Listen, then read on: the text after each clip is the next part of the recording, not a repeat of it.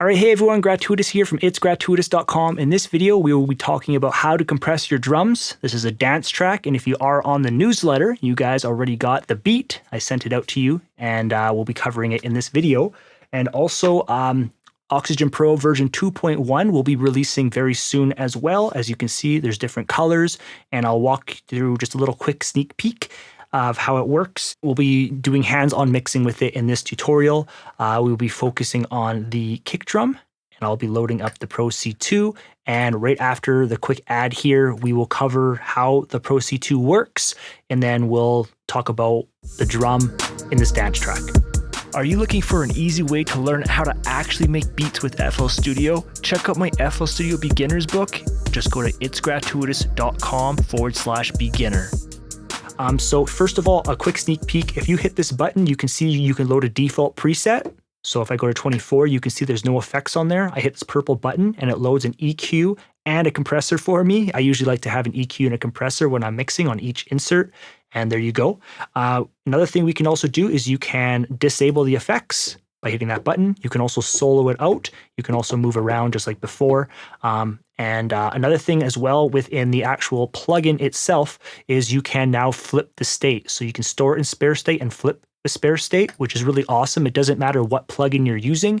FL Studio has that built in right here. Very, very important for a fast workflow. So watch, if I hit the purple button when I'm in the plugin, you can see it's storing in spare state. And when I flip it, you can see it flips. So how this works is, let's say we store it. Now we're going to come here. We're going to be really just tons of different settings. We're going to flip it. So you can see that we can get very hands-on mixing all from here. And essentially, I'm programming this for my own workflow, and that's just going to allow you to take advantage of the workflow if you want to. All right, so here we go. Again, if you were on the newsletter, you were able to hear this beat already.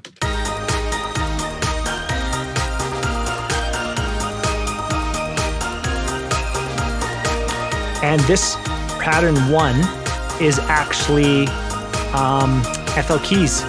All right, a lot of people talk down about FL keys. I like FL keys so much. Right, this is the FL keys. All right, so let's look into the kick drum here. So let me cover the Pro-C 2 here. Again, if you want more information, check out my course. It's called Why Do We Producers Use Compression? And if you are a member, you can also get access to all the courses. You can learn more by going to itsgratuitous.com, okay? All right, so how compression works is the audio actually has to go over the threshold. And right now I have a hard knee, okay? So that's important to know. Right now we're just gonna go hard knee. It's the easiest to understand. So the audio has to go over the threshold in order for compression to happen, okay? And then we have to set our ratio. Right now I've just put it really, really aggressive. So audio has to go over this point right here for compression to happen. If we have a soft knee, you can see compression is actually happening. Again, look right here. Compression is happening actually before the threshold.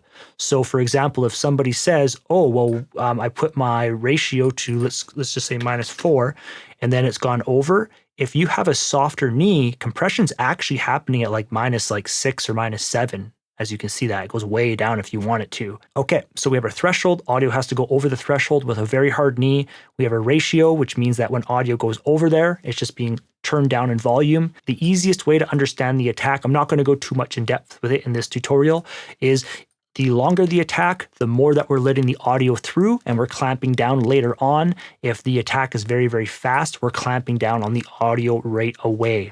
Okay.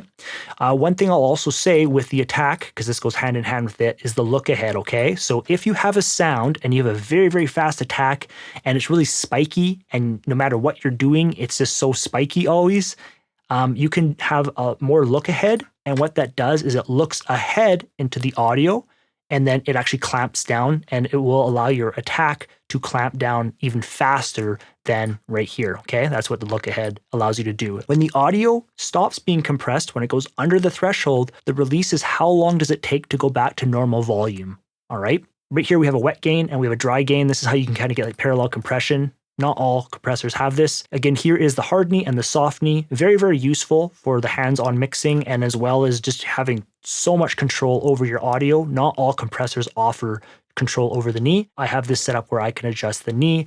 I actually have pretty much all these knobs set up. Here is the range. The range is pretty powerful. If you are compressing very, very hard, it just limits how much compression is happening. And then you have the hold. The hold's really powerful, and I'll share that with you in visual. So watch, I'll hit play. Here's the drum.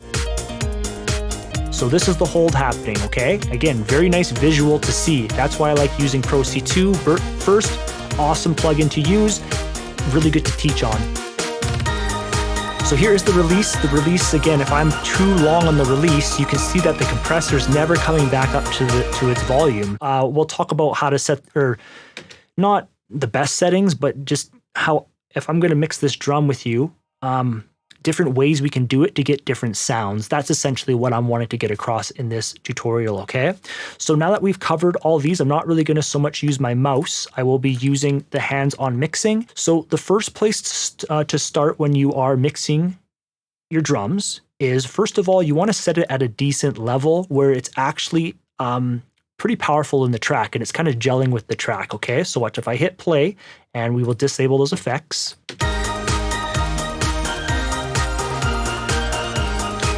So right now it's panned. So I'm gonna copy the value. Let's just bring it down a little bit. Right, so it's not cutting through at all. Kick is too loud.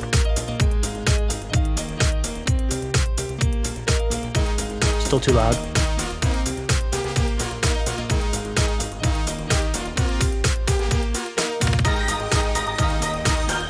All right, so that's the first place to start, is set your volume for your drum. Now I will hit play. I will enable those effects. All right, so again, I'm just gonna be really, really aggressive, and I'm gonna take advantage of the new version 2.1, being able to switch in between states. I have to be focused on the plugin, so I'll hit this to tab. Now I'm focused on the plugin. So we're being very, very aggressive. But watch even this. If I have a very aggressive threshold and a very aggressive ratio, I can open up my attack a lot.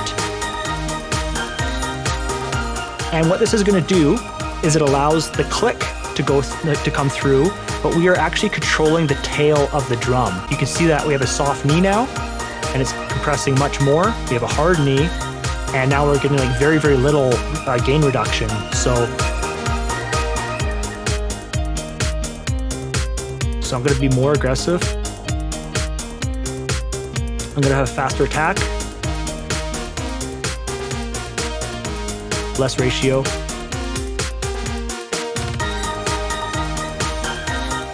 Okay, we're going to pull back on this release and pull back on the hold. Increase the volume.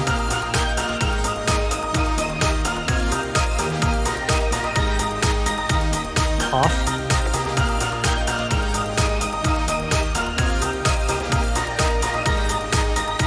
So I think the tail is a bit long here. So I'll watch, we can increase the release and listen for that tail.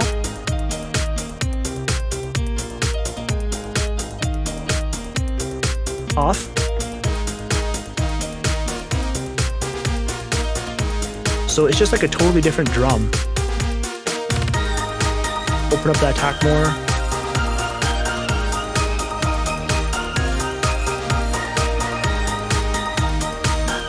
Bit harder release, or ratio.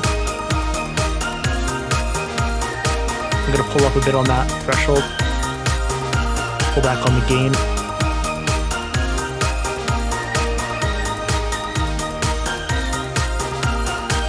Pull back a bit. I think the kick's just a little bit loud.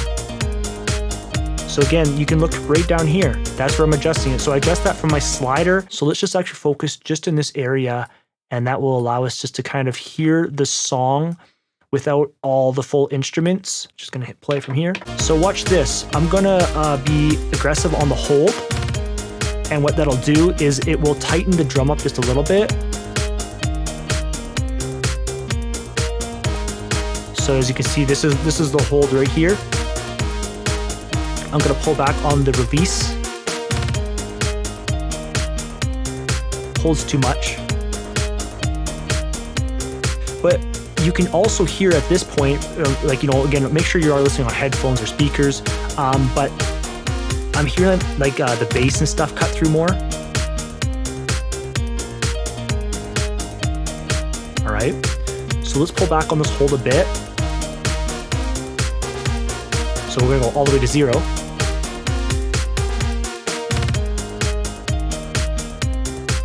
So the drum just has super long tail.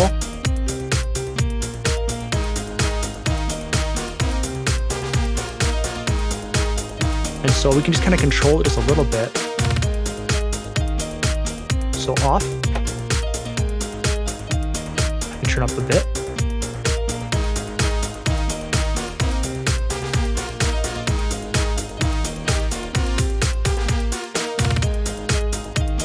So let's go more hold. Just crank it up now.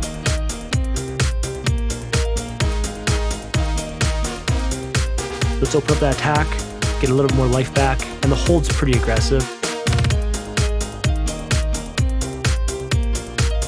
Kick might be a little loud. But the kick's hitting hard.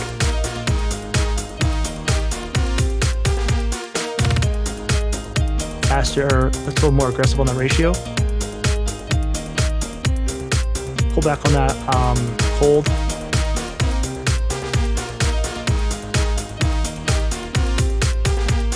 Pull back on the gain. So I can just hear it's much louder. Pull back on that hold. Let's flip the state. More gain.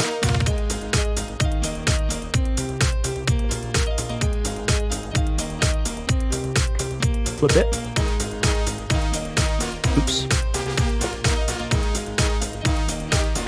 I'll wait till I go back.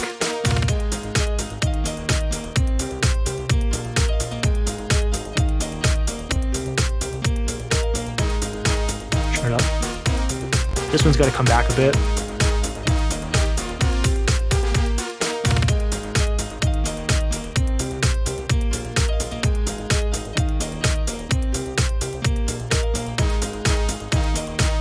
Right, so I'm just sharing with you, you know, when I'm using a compressor like this with, you know, Pro-C 2, because it has so many features, you can use your knobs to control the parameters, and you can save the state, you can flip the state, and that's how you can kind of use it for your drum. So like I said, the first place to start was, first of all, I increased the volume of the drum to get it at a decent spot. Then I bring out a compressor. I play with the attack and the release a lot, and then same with the hold. Again, the look ahead is if you are dealing with like a sound and it's kind of just being really clicky, or really, you know, you can't really control that click, you can use the look ahead there. And again, you can also do your different styles. One thing I want to say before wrapping up this video is the Fruity plugins, so FL Studio Fruity plugins, like the Fruity Limiter, these are actually very, very complex and good plugins. So for example, you can see that you have the hold on this plugin. That is the sustain here, okay? You also have the curves, which is essentially just like your different styles of compression. When it comes to compression, it's just timing, all right? That's essentially like all like the different styles of compression, just like the different timings that they give you. Some react faster, some are slower. But anyway, so I just want to share that, you know, even the Fruity Limiter is a very, very advanced plugin. Like, you know, you can even adjust your knee, right? So there's that knee. There's the exact same thing. So, yeah, it's just good to know how these things work, because not all compressors offer these features, and the Fruity Limiter does offer that. And when it comes to these settings, like don't be afraid just to crank open the attack and then be way more aggressive on your release or stuff like that. Just like you saw me doing, like, you know, I'm not someone, when I mix my music, like I don't follow, I guess, standards. I just dial it to where I think it sounds, you know, half decent, and I just go with it from there, okay? So that is how I used a compressor for my drums in this track. Again, this track is called The Blinders Are On. It is an unreleased song. And again, if you were on the newsletter, you were able to hear it before this video came out. If you guys have any questions about how to make beats or how to learn FL Studio, again, visit the website, itsgratuitous.com. Again, I also have my compression course, which breaks down each knob more in depth, one by one. I give you lots of examples. The course is called Why Do We Producers Use Compression? For me, when I was first learning about compression, the first thing that was confusing was, first of all, what is a compressor? How does a compressor work? But another thing that was really confusing is when most people teach about a compressor, they're only teaching you really like the one way, which is volume balancing, which is like, let's say you have a vocal, some words are too loud, that's volume balancing. But another way to use a compressor is sound design. And that's essentially what we were doing in this tutorial, is sound design on that drum. All right, so be on the lookout for version 2.1 of my Oxygen Pro Premium preset. Very, very excited to get this out. And one other thing I'll share, again, if you guys follow on the podcast, I have my Music Production Made Simple podcast. I was sharing, I created this little slider for my MIDI keyboard, which allows me to use my keyboard here very, very comfortably as I sit back. And then I built this. It only cost $40. That's so affordable. And it's just a part of the workflow. So nowadays that I've gotten the Oxygen Pro, it's giving me a really, really good FL Studio experience. And I've been wanting to get a lot of hands-on. All right, so lots of stuff coming out here very soon. Very excited, especially for this version 2.1 of the Oxygen Pro Premium preset. If you guys would like to get a taste of my beat making education, check out my free beat making book. It's called 5 Keys to a Successful Beat. So simple it becomes creative. You can get it by going to itsgratuitous.com/5 keys. Again, I run a dedicated platform teaching you how to learn FL Studio. There's over 30 courses, tons of stuff on the website there, okay? Again, just because I'm not always active here on YouTube doesn't mean I'm not always in the background teaching, educating with students, okay? Thanks so much for watching the video. Hope this one helped. I'll talk to you in the next one.